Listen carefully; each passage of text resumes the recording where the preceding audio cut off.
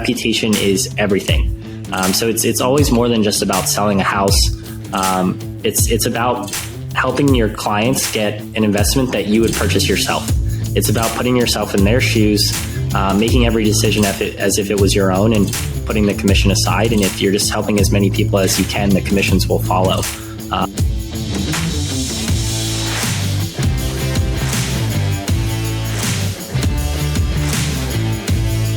So the question is this: how do most agents find the secrets to succeed in today's competitive real estate market, especially when the top agents are keeping those secrets to themselves? That's the question, and this podcast will give you the answer. Hi, I'm Aaron Amuchastegui, and welcome to Real Estate Rockstars.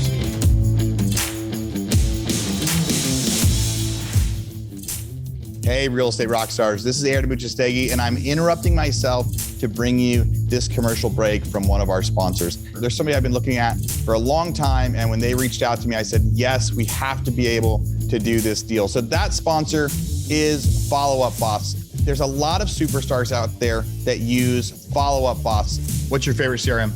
We're using Follow Up Boss. We use Follow Up Boss. So we use Follow Up Boss. I love Follow Up Boss. I love it. We have action plans now for bringing on new agents. We have action plans for our recruiting. We call them action plans in Follow Up Boss, which will trigger tasks for the agents to do as far as calling. Follow Up Boss I like more for the integrations with everything, MailChimp, Call Action, all those different products. I will say we used Sync, and we switched from Sync to Follow Up Boss. Honestly, the greatest CRM I've ever used. I've used Brivity, Sync. I've looked at Boomtown, like Real Geeks, just a bunch of different ones. But me personally, I fell in love with FUB about 7 months ago when I first started using it. I've used Boomtown. I've used Line Desk. I've used Conversion. And I think Follow Up Boss gives you the most integrations that are simple, and it gives you the best ability to go and integrate large things into one single solitary platform. Yet at the same time, it's still affordable. I do like Follow Up Boss better just because you can text from the app and things like that. It's just a little more convenient for me. It tracks everything that I need. I can customize it if I want. If I want to go smart list based, that's fine. If I want to go task based, it's fine. I think it's one of the best systems, and it's very user friendly. It just really helps me never drop a ball because it's so user friendly. I don't have a one horse in the race with Follow Up Boss. Purely objective, Follow Up Boss has been the best one that we've found. Now, I've used Follow Up Boss. We've actually used it in our non-real estate businesses as well because it's so good at being able to set timers, set automatic texting and emailing. So here's what we got. For Real Estate Rockstars listeners, you get a 30-day free trial. That's normally 14 days. So in order to get this, you go followupboss.com, just like it sounds, /Rockstars. Go there, get your 30-day free trial, and check it out. Especially if you aren't using any systems or any CRMs yet, this will be a great one for you to start with. Thanks again. Now back to our show. Hey, Real Estate Rockstars. This is Steph Heiser, and today I am so excited to interview Jonathan Dempsey from Pocono Pines, Pennsylvania. He's just outside of Philly, and he's here to tell us all about niching down on short-term rentals, niche. I'm so sorry. That word throws me off every time, but there's riches and niches. Niche works too. So tell me all about it. What's up, Jonathan?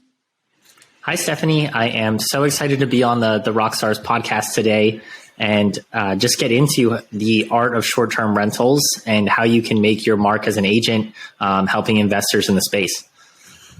That's so awesome. When I started in February 2020, Joshua Tree was where I was living, and it is a super, super hot short-term rental market. And it's been such a great microcosm to analyze how short-term rentals impact the market, how those clients can be really amazing clients because usually if they buy one, they buy 5 or 10. So what's it like in Pennsylvania? How did you get started in real estate? How long have you been licensed, and what led you here?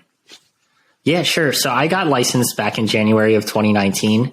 Not knowing that I was going to end up getting into short-term rentals. I originally came in from the frame of being a house hacker myself and wanting to help investors get into house hacking in the city of Philadelphia. I think it's really interesting you were in Joshua Tree living there, because that really is its own world of short-term rentals, and the investors are just very different. I think short-term rental investors are much more creative, and they're much more willing to throw money at deals. So if you can identify who those investors are, they are able to scale a whole lot more quickly and keep moving on the rental properties that they have. And that's no different here in Pennsylvania. If you can get creative with your listings and get the cash flow there, you'll be able to keep repeating sales with investors. For sure. So you were house hacking, working with investors, and then did the short-term market just take off, or how did that fall in your lap? Yeah, sure. So when I originally got my license, I was only looking to use it for my own purchases. I didn't know how deep into real estate I was going to end up getting into it. Me too. My first year as an agent, I only sold one house, and it was to myself. Now I've been in the business for 4 years, and last year I did 174,000 in gross commissions. This year I'm on pace for 300,000. We still have a month and a half left. And I even have a team of agents now who are all on pace for 50,000 each this year. So it's really cool to see them kind of prospering from everything that's going on. That's really, really amazing. It's so cool how real estate can change your life. So I'm assuming you've got to be a really good agent. What makes a good agent specifically for short-term rental investors? Yeah, sure. And I think this goes the same for house hacking or any type of niche that you want to get into. If you're going to be an agent and advocating for people to take out mortgages or to buy things with a ton of cash, you need to be doing that same thing yourself. So as an investor myself, it's a lot easier to convince people of what a good purchase is versus a bad one, because my money is where my mouth is. And I think that's going to hold true for any agent in any market. If you're trying to get someone to buy in Joshua Tree, you live there, so you can vouch for the market and what it's like. It would be much harder for me to sell in that market. Yeah, well, I think a few years ago, probably you wouldn't have needed to know anything about Joshua Tree. You could have convinced anyone to buy there. I would say like my first year, so in 2020, I did a little bit over 50 houses, and at least 85% of those were short-term rentals. And then now I expanded my market to the Sequoia National Park as well. So I'm so blessed to be between two national parks. And up here, short-term rentals aren't as huge, but in Three Rivers near Sequoia National Park, the ROI is massive, and it's not super saturated like Joshua Tree. But I've been fortunate to see how the regulations, like the over-regulation in Joshua Tree, destroyed that market. And it would be amazing if that would have helped the local families afford housing and put a lot more on the market for them. But it didn't. It just crashed the short-term market. And then in Three Rivers, Visalia, Exeter, we're in Tulare County, all you need is a business license. It's about $80 a year. You pay your TOT tax and you're golden. Like the regulation is pretty much non-existent. And it's really helped, I think, stabilize our market, and it hasn't had a huge crash. It never drove up our prices. How has it been in Philadelphia? Yeah, that's a great question. They're actually about to impose restrictions that are going to be in effect January 1st, which is one reason I made a heavy pivot from the Philadelphia market, where we started doing short-term rentals and having investors purchase, to the Poconos, which is a more traditional vacation market in Pennsylvania. And regulations are something that are always talked about in short-term rentals, and I think are a key advantage as an agent to know about. So for our market here, there's different HOAs that allow short-term rentals. There are different townships that allow them. There are other ones that don't allow it at all. So for an investor who's looking to get into short-term rentals, and if they're just picking around on Zillow, they might be finding options that aren't legal. So when you can act as a resource to them and really know the market well, and be able to tell them, okay, the second you see a house, you know if it's legal, illegal, you know all about the HOA, the township, the restrictions they put in. Because here, the restrictions could be anything. It could be not allowed. It could be allowed for a minimum certain of nights. There could be fees tacked onto every stay. There could be a limit to the number of people per bedroom. So there are just so many things to navigate in the market. And just knowing all of that as the real estate agent helping the investor, you can really put yourself ahead of someone else who's not as familiar. That's a really great point. I print out the short-term rental regulations. Like I print out, it's a really thick stack of paper, and I give that to all of my clients that are, especially if they're new, like if they've bought their 5th short-term rental in the market, then I make sure I have the updated versions for them in case anything has changed. But usually savvy investors will be on top of this themselves, but you absolutely cannot rely on that. Are there any other tools that you provide to your investor clients right away? Yeah, so another tool we provide them with is kind of a short-term rental calculator. Like you said, savvy investors usually have a handle on what it is that they're doing. And they have their own ways to run numbers, but running short-term rentals, as you know, is very different than any other investment calculator that you might have. So we share one with them so that they can do their own research on AirDNA or Price Labs. And we also send all of our clients projections. Of course, with a disclaimer that doesn't mean that's what they're going to make. We're just taking the data that we have and we investigate. We encourage them to do their own due diligence on the numbers that we send and to verify everything. But I think having just that projection there for them is super helpful, and giving them resources like calculators. And in any type of investor-friendly agent, you want to be giving them as many resources as possible so that they can make the right decision. Absolutely. You have to come across as an authority in that market and in that actual specific short-term rentals. You have to know everything. Like I would attend, especially because they have all these meetings on Zoom usually. So you can attend all the different meetings of your city council. You can join short-term rental groups and get to know like both sides of the argument. There's plenty of communities that are very against short-term rentals. There are communities that are for them. In Palm Springs, like you said, there's several HOAs that allow them and some that don't. And since that has happened over the last few years, you end up with like a country club that is mainly short-term rentals and has a party vibe. And then everyone else moves to the HOAs that are quiet and don't allow rentals. But most of them do allow 30 days and over. So I pivoted towards midterm rentals. And when our team in Austin went to the short-term rental conference this summer, it was really cool to hear how short-term rental markets pivot to midterm. And now that there are so many traveling nurses and they get a stipend and they can pay a lot more like per 30 days than your standard renter, it's typically easier to evict them, kick them out, and you have all the protection such as like what Airbnb provides. But how is it where you are? Do you guys have midterm rentals as well? Like, can you use your Airbnb or your VRBO 30 plus days? Does that help anybody? Yeah, totally. And I see that's where the market seems to be going. Midterm rentals are much less saturated than traditional short-term rentals, and definitely much less saturated than long-term rentals.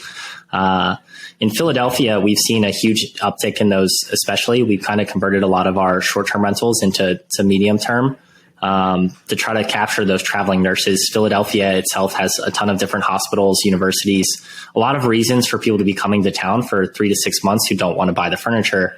So you get a huge advantage in listing on the medium term with traveling nurses with the stipends, with workers and contractors coming into town that have those stipends, as well as other folks who might just need to be relocating and they got paid for relocating for their job, insurance companies to cover people who lost their house for a little bit. And you can make partnerships with companies who do that and just have renters lined up for when you are doing the medium term, which makes it really interesting. And I think that market is the most untapped for investors right now. So it's a good place to push your clients to be in. Yeah, I agree. Visalia is really, really great for that as well, because we have a huge community of, well, we have tons of agriculture, and there will be needs throughout the season for different specialists, but they're not going to be here year round. They travel to the different dairy farms or the different orchards and provide their expertise. So we have a lot of those. We have, for some reason, I should probably find out, a lot of traveling attorneys. I think we have a lot of attorneys that are just here for short amounts of time, and our healthcare district is huge. So I have a lot of people moving here to work for our hospitals, and they just live here full time. And then others is just tons and tons of traveling nurses. Even if you are a traveling nurse and you plan to stay somewhere for over a year, there's some like caveat where they get paid as a traveling nurse and get that huge stipend. So a lot of them are taking Airbnbs and VRBO. What platforms are doing the best out there? So out here, I would say most of the reservations we have, at this point, I've hosted over 25,000, which gives me a lot of credibility to kind of, again, put my money where my mouth is with hosting. For sure. And I would say that Airbnb is still one of the largest players in the space out here. About 60% reservations are through there. VRBO is another huge one, of course, and HomeAway. That franchise is pretty big. And then we also have a partnership with the Marriott, which gets us about 10% of bookings. And then the other 20% probably come through just manual reservations and word of mouth from myself and other people in the company pushing the manual reservations. Wow. Do you have anything that you manage where they rent out each separate room, or do you just do entire places? So I had started out doing entire room. And I had never pushed any of my real estate clients to do that. I found that the whole house was a much easier way to manage it, and often more profitable. Like you don't have enough reward by the room out here, at least, to make it worthwhile, versus just doing it as the entire house itself. Yeah, I would have never thought about renting room by room, but how I heard of Airbnb was way back when I was teaching. And I had just moved to a new area, and the sweetest lady asked if I wanted to rent out her casita and manage her house of all of her different rooms. And I was young and I was a broke teacher, so what was I going to say but yes? And it was such an incredible experience. And people would be doing yoga together in the living room. And we had people from all over the world, and they would just share the different things they brought with them. And it was a really amazing experience. And then when I bought my first house, I put it on Airbnb and rented it like on the weekends. And I would go stay with my parents because I could barely afford that mortgage. And I'm so glad that I, took the leap and bought that house, because now the market skyrocketed. So I had a lot of money to pay off all my student loan debt, which never in my life did I imagine I could get out from under $135,000 of student loan debt. And I flipped a 400 square foot cabin.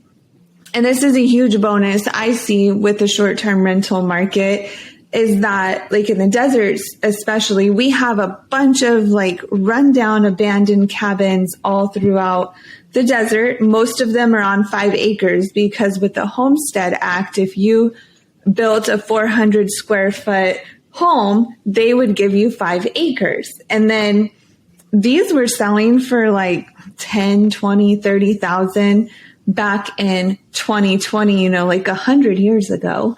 And I flipped mine and made 60,000 pure profit. I'm like, what? This is like what I make as a teacher. And I did this on one flip. Like, I'm sold. And then I just kept flipping houses with the intent of Airbnb. So we would furnish them, get 5-star reviews, work out all the kinks, make sure it was like a very solid business plan and super successful, and then sold them as a business. And I see that's kind of where we run into issues that aren't super sustainable, and why I understand people getting a little iffy about short-term rentals, because you're using the benefits of a mortgage to buy a business. So in some instances, people have put 5% down. And lots of instances, you do 10 or 20%. But I can't buy a business unless I sell or carry for that cheap. So I think short-term rental is just the easiest, best way to make money for our clients right out the gate. But now I've started pivoting to buying small businesses and improving them and bringing technology to them. Cody Sanchez talks about that a lot. How are your clients pivoting? Yeah, so it's interesting you bring up purchasing with a mortgage versus buying it as a business and how that differs. I know markets like Nashville, you can get grandfathered in. So those short-term rentals that were on the market, you can't sell the house because it can no longer short-term rent. You would lose the permit, but you can buy the LLC that owns the house, which is a way around the regulations. And out here, I think because the Poconos region is a traditional vacation market, it doesn't necessarily make homes less affordable because of the reason that you mentioned earlier, where some HOAs just kind of turn into HOAs that are more so short-term rentals and vacation homes, and other ones turn into HOAs where people live full time. I think those types of issues are much harder to navigate in urban areas. You could never make that happen in Philadelphia. There's not going to be one district that's short-term rentals and another that's not.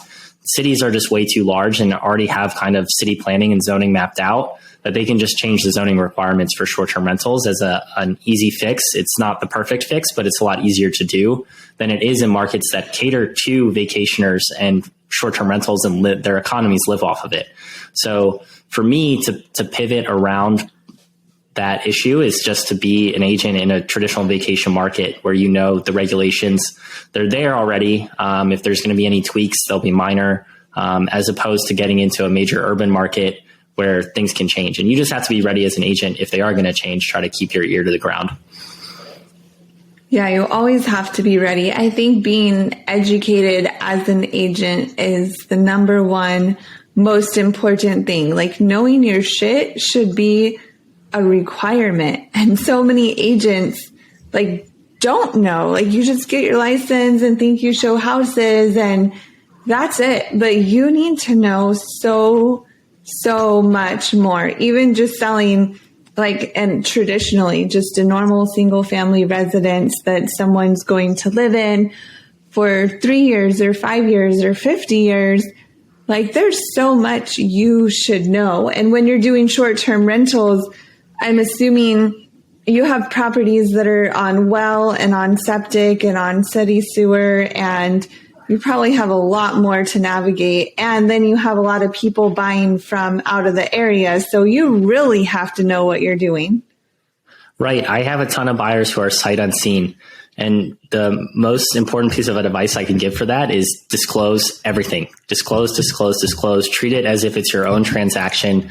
Just make sure they're aware of every single thing that's happening, and put your best foot forward. And for me, I noticed early on, even in my second year, I didn't sell a ton of houses, but I was probably close to as knowledgeable as I am now. It's very difficult to spend time to learn the market, and that doesn't necessarily get you far enough, because everyone knows as a real estate agent, prospecting is the number one thing that you have to do if you're going to make sales. So you can't really prospect till you know everything. Otherwise, you're not going to end up in a good position, and you won't be serving your clients the best.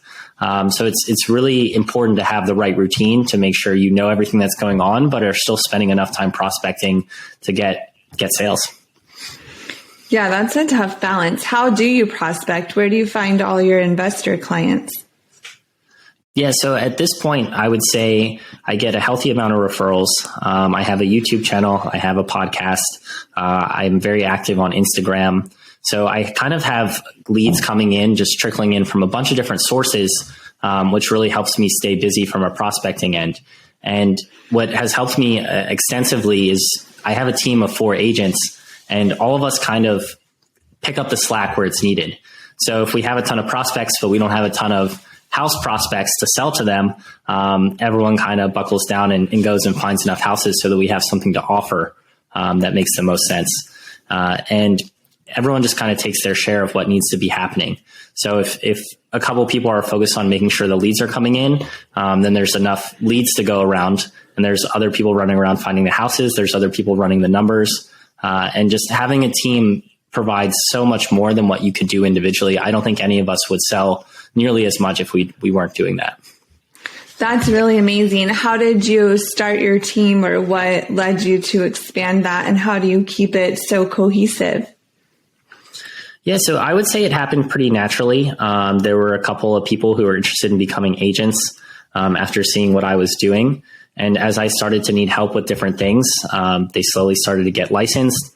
And if I had too many leads and needed help, obviously I would give them leads as the team leader. And they would kind of step up and help with finding the houses and vice versa. So I think when you develop a team that is all looking out for everyone's best interest and no one is trying to kind of gatekeep different things that need to happen to make the most sales, you're in a good spot. So you have to have the right culture. You have to have people who care about your success, and you have to care about your team's success to really make it farther. What are your team splits? So we do a 70-30 up to only a $15,000 cap. Wow, that's awesome. Yeah, so it's pretty smooth. We don't take a whole lot, and it goes back to caring for the people you're working with and just trying to see the team succeed. The way that you would end up making more outside of that on the team, and that this goes for anyone on the team, is if you're passing leads around, you do get a referral.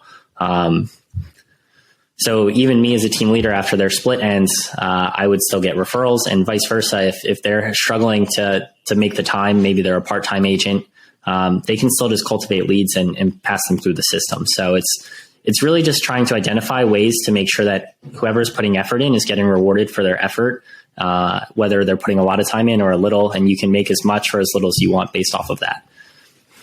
That's really awesome. Are you always this calm and chill? I like to say it's definitely become more calm and chill. I have a very East Coast mindset, a go, go, go, go. I love caffeine. So coffee is my best friend, but I did, out of the last 2 years, and this might be the craziest part of the commissions that I've been bringing in, I've spent 1 year in Hawaii.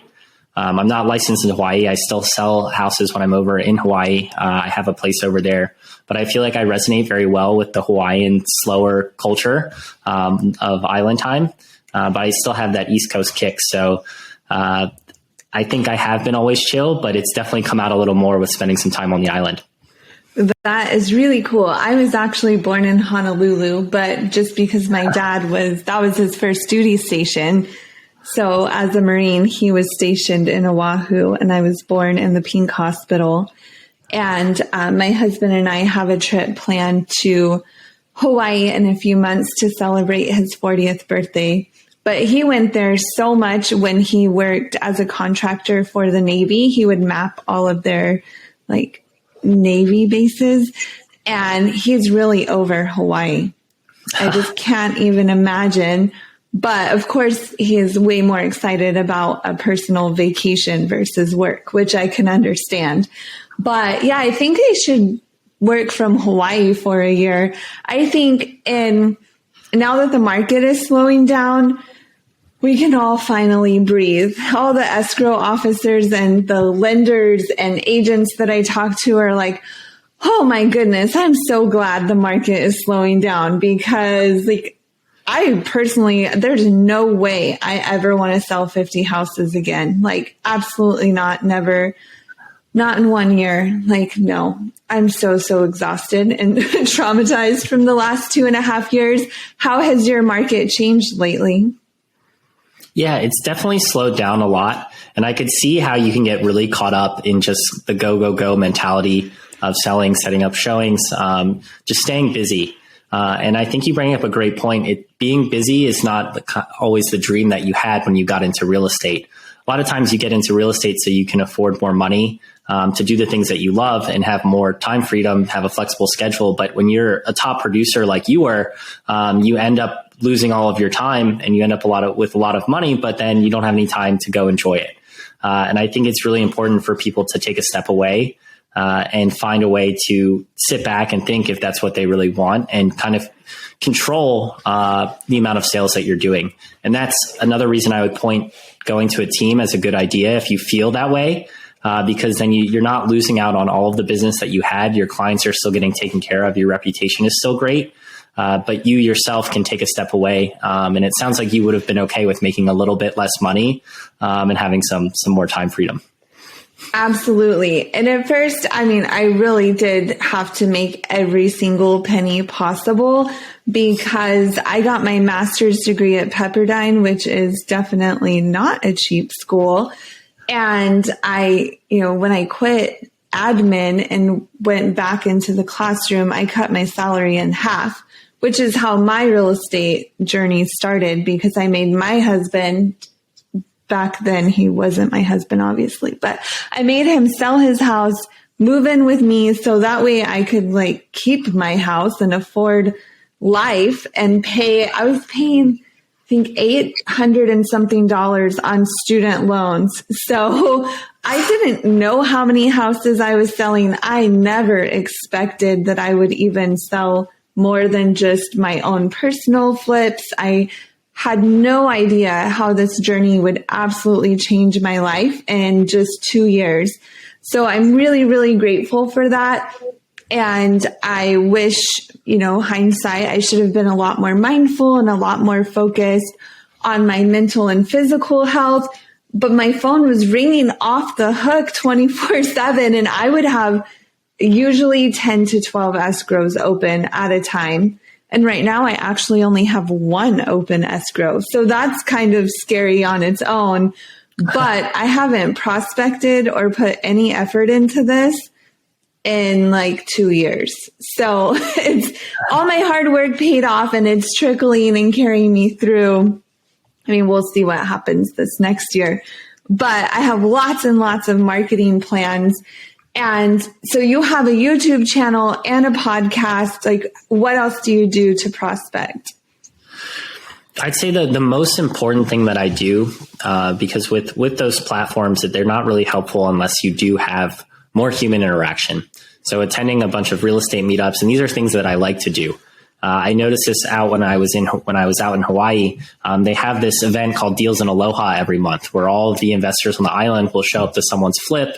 The person who flipped it will kind of do a little presentation about the numbers, the before and afters, and just talk about their real estate investing journey. So the campfire effect, which keeps you kind of motivated, is just showing up to these things. Being around other investors will get you motivated. And it also, as an agent, it's really important to go to those types of meetups because you meet investors from all over the place. And it really builds out your network, which then boosts all of your social following and the interactions that you get. Because it's important to have that human, genuine interaction. I would say most of your following and most of your sales will be much easier to close if you have that, as opposed to just a random person off the internet. Not that those don't happen, but right. Those are great too, but relationships really are everything, and your network is your net worth. All those corny cliches I have found to be super true. I was just on an island by myself. I was the only agent in my brokerage within 100 miles my first year.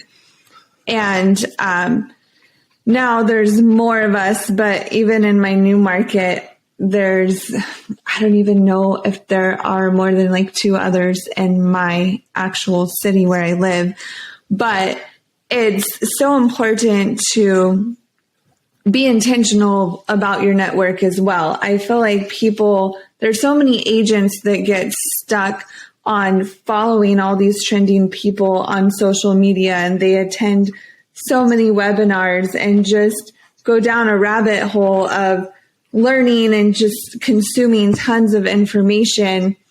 But I think it's great to start with all of that at first, but then you need to narrow down what really resonates with you and then take action, because reading 1 billion books a year is going to be phenomenal for your knowledge and your brain power, but you have to do something with that knowledge instead of just getting oversaturated with everything that we have access to.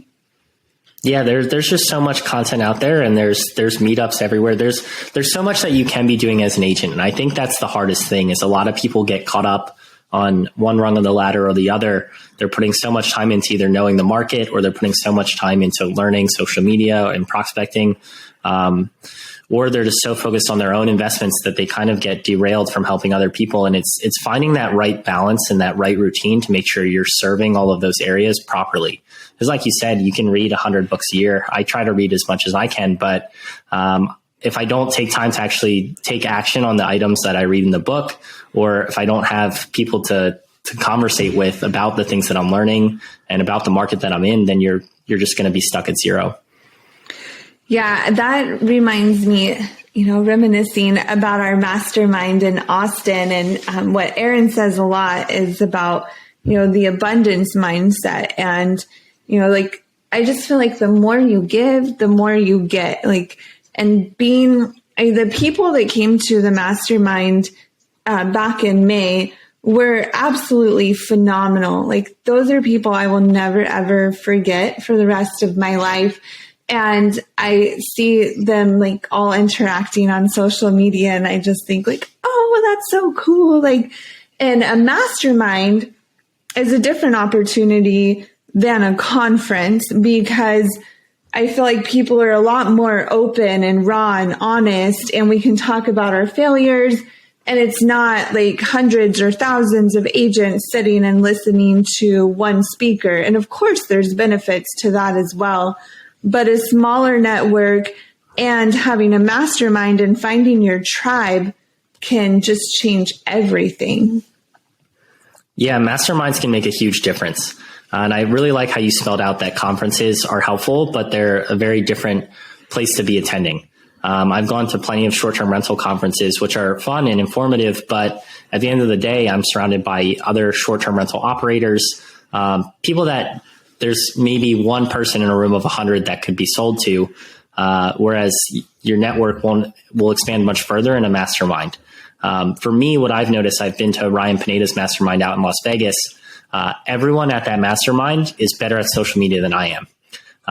And just meeting people, adding them to the feed, it kind of sharpens your iron to be around so many people that are just so good at what they're doing. And these are wholesalers, they're property flippers, there's new luxury new construction developers, there's people from all walks of life. So it's really interesting to see how they all kind of use the same social media tactics to just grow their audience and how that develops their career. And I think that's something agents can do very well as well.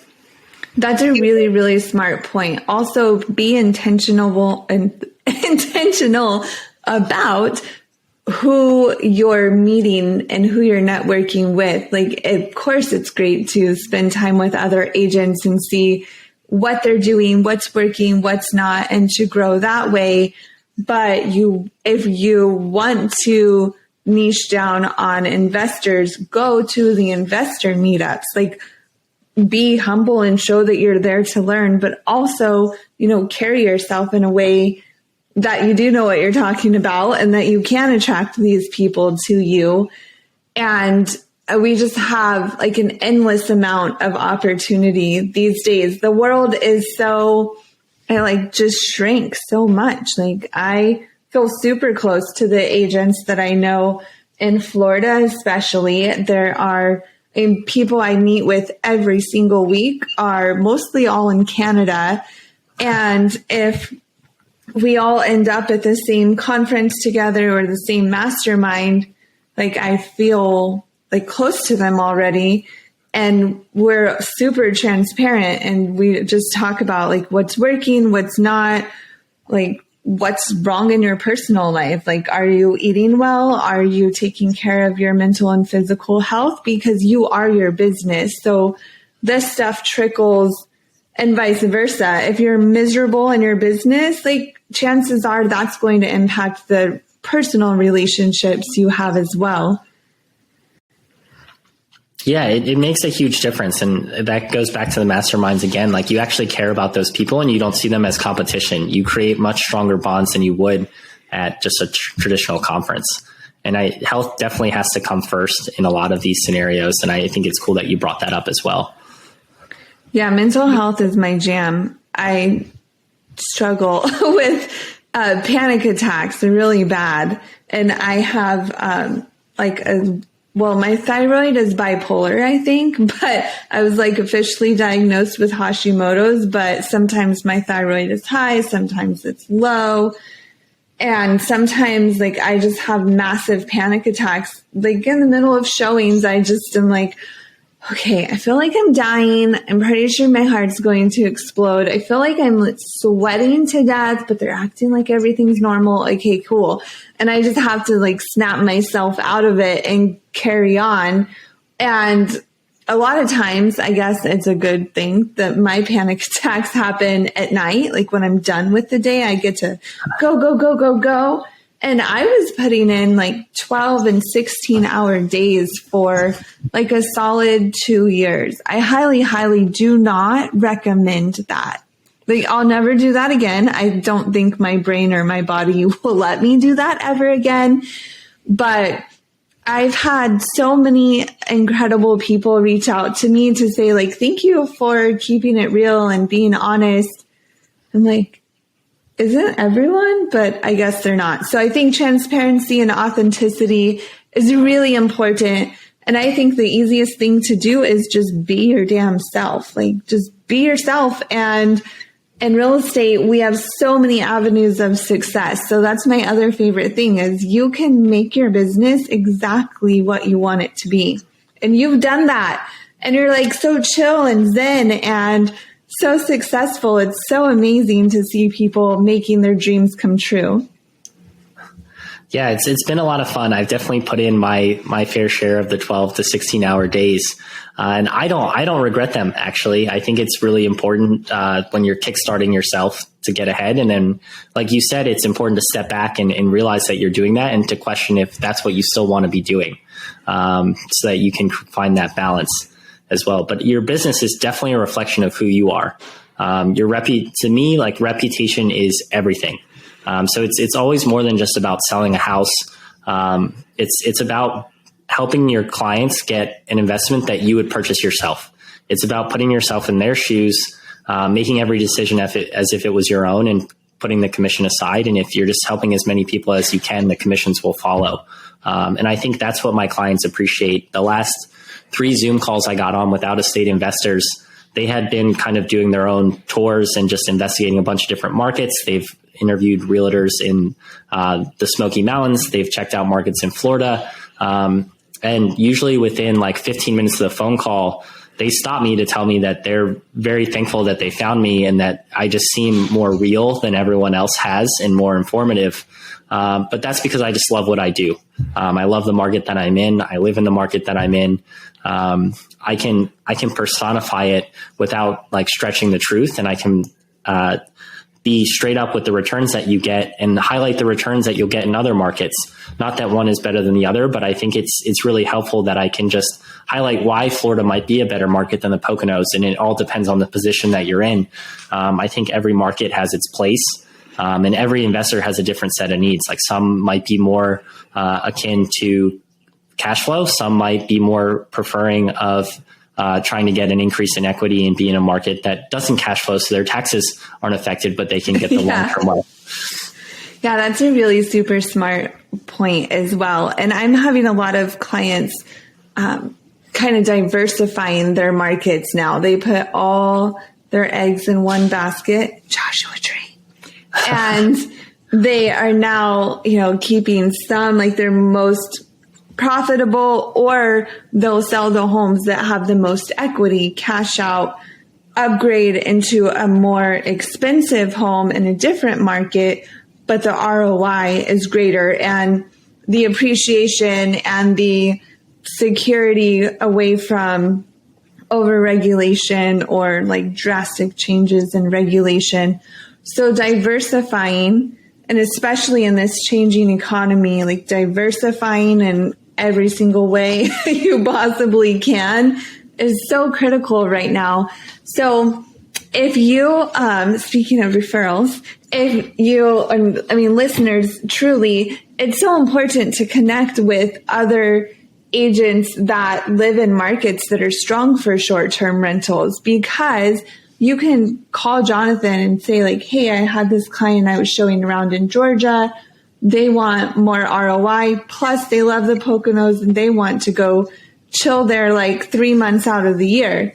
So you have to network and know what's going on. If you're a short-term rental agent, you have to know what's going on in your markets and like around the world or the country in many times, because and we all like post like, I have this killer deal.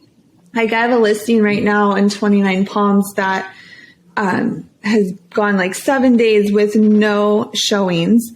And it's really not priced too high. They listen to me. I love when sellers like listen to me on listing price. But selling an Airbnb is a totally different beast. So how do you handle your sellers, and do they block off their calendar and allow showings? Do they just keep accepting a million different bookings and then you can never show their property? How does it work? Yeah, that's a great question. And it's a really difficult topic to navigate because most owners, they just don't want to block off the calendar. They want to can't blame them. Yeah, likewise. And I've sold a couple houses myself that were short-term rentals. And it is really tough to put yourself in position because most people want to do showings or you want to have open houses on weekends, which is when short-term rentals tend to bring in the most revenue. So a lot of times for us, what we'll try to do is maybe do every other weekend or have like a set weekend or 2 out of the month that we are going to open up the house. And then try to keep the reservations coming in at other points in time. But it's tricky to navigate. And I think it does help to have kind of a balance, because if you can honestly tell someone, sorry, you can't see it this weekend, but maybe during the week next week or next weekend, we can set something up. It kind of reassures them that the place is getting booked. And it helps. Like you want to show as much revenue as you can to sell a short-term rental. And unless you're just going to turn it off until you sell it, it gets pretty difficult.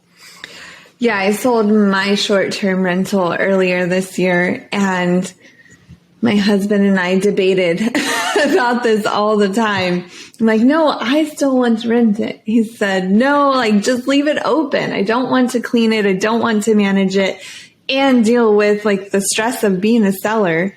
I think being a seller is just as stressful as being a buyer. And when you're the agent representing yourself, it's just a whole different layer of stress as well. But when I have sellers of Airbnbs, I think it's great to show that your place is still booked. And a lot of savvy buyers understand that and they appreciate that. And they'll make themselves available when the property is available. Or a lot of these people as investors aren't super like attached to the home. They're attached to the numbers. So if your photos are great and I think you have to have a virtual tour. You have to have the 360-degree virtual tour of the inside, because you have to cut down on the amount of showings. So I've had a lot of times they buy them sight unseen because they're investors. They're not like, they don't need to be in love. They need to be in love with the numbers. So as long as they know the layout, they know it makes sense. Of course, they have their inspection period.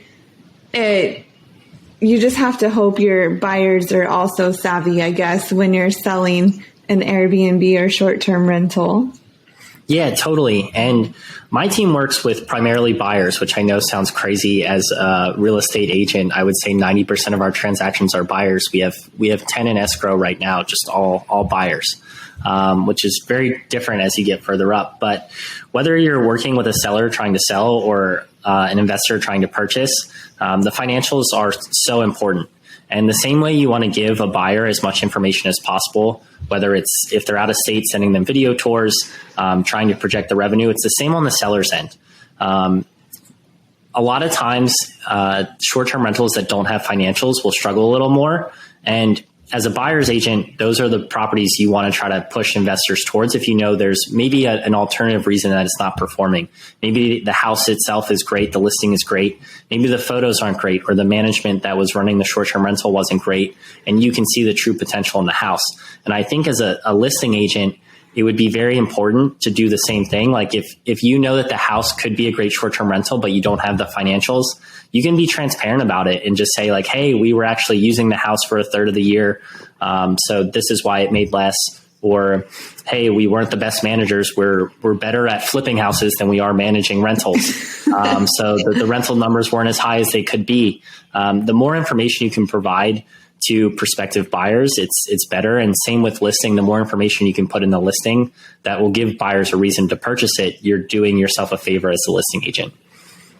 Yeah, for sure. What's your average price point?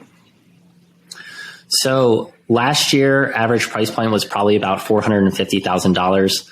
This year, I'd say it's about, I had one $5 million deal this year. So that kind of changed the total average. But other than that, I would say around like 350,000. And that's just because I switched from Philadelphia primarily to the Pocono region.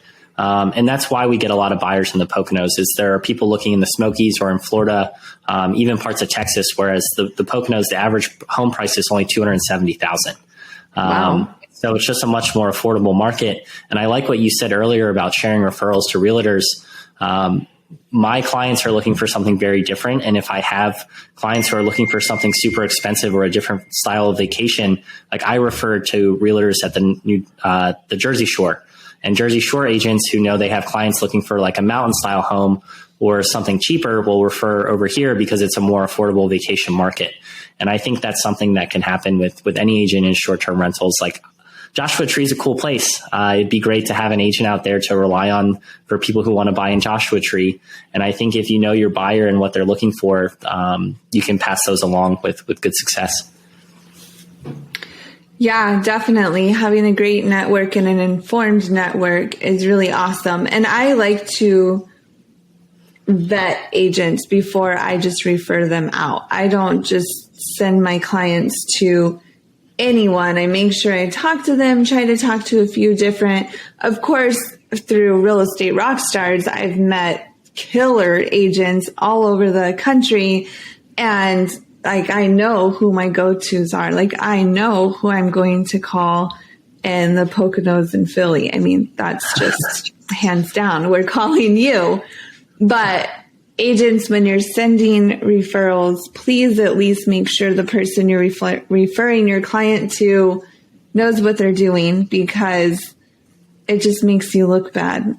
I mean, you don't have to help your client find anyone, but taking advantage of referrals is like a little bit untapped, I think. A lot of agents don't realize that you should market to your clients that I know people all over the country. Like, let me help you find a good agent. And if they know, like, and trust you, then they will definitely take your word for it and just have a natural affinity for whoever you recommend to them.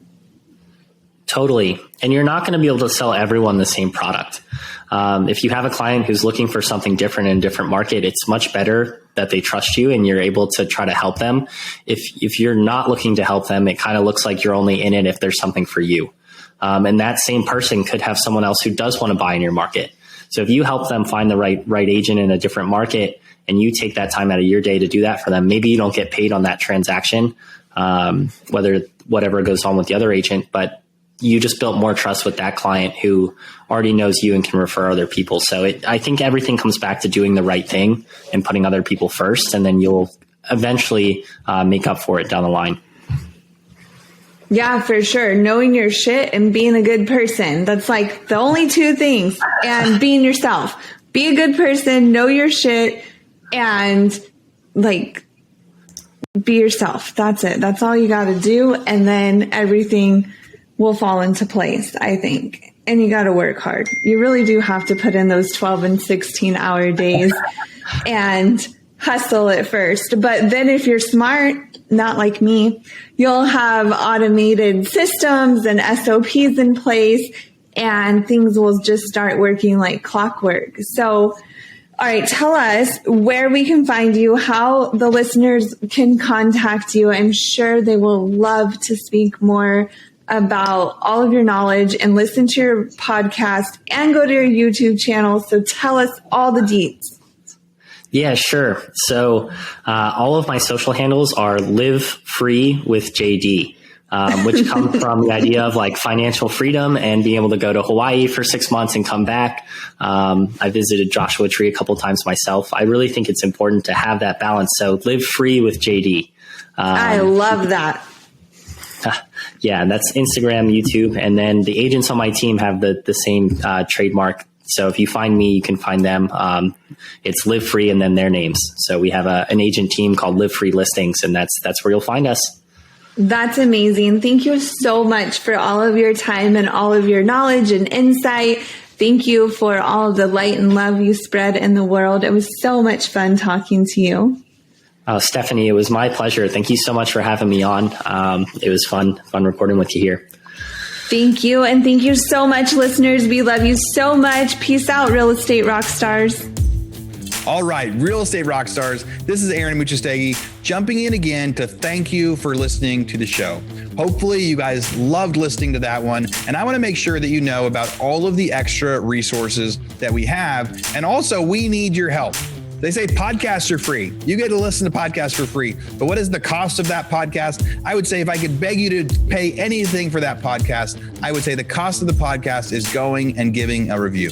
So whether you download it on Google or Apple or YouTube or anywhere else, please go give us a review. Say what you liked, what you didn't like. It helps us get better guests. The more reviews, the higher we get in the rankings. Right now, we are the biggest podcast out there for real estate agents, and we want to keep that spot because we know there's lots of podcasts out there. So go give us a review. Also, be sure to go to hibandigital.com. If you liked any of the resources that those real estate agents talked about, we've got a huge video vault of those resources for free. Every penny that comes on the podcast that we interview, they give us something that helps them get their deals or helps them work with their clients. And we put that in the toolbox in our vault for you. So go to hibandigital.com and you can get it. If you're looking for real estate education, go to rebusuniversity.com. We have all sorts of courses in there to help agents succeed in real estate, how to get the listing, how to negotiate deals, how to become an investor, all sorts of different stuff, rebusuniversity.com. And if you want to chat with me, go find me on Instagram. And if you come find me on Instagram, you can send me messages. Tell me what you want to hear. Tell me what you liked, what you didn't like. We try to put a bunch of content out there too. You can find me in 2 different places. It's at rerockstars.com for our Real Estate Rockstars page, or at aaronandmuchastegui.com for my personal Instagram page, where I can chat with you about all sorts of different things. Thanks for listening. We'll see you again soon.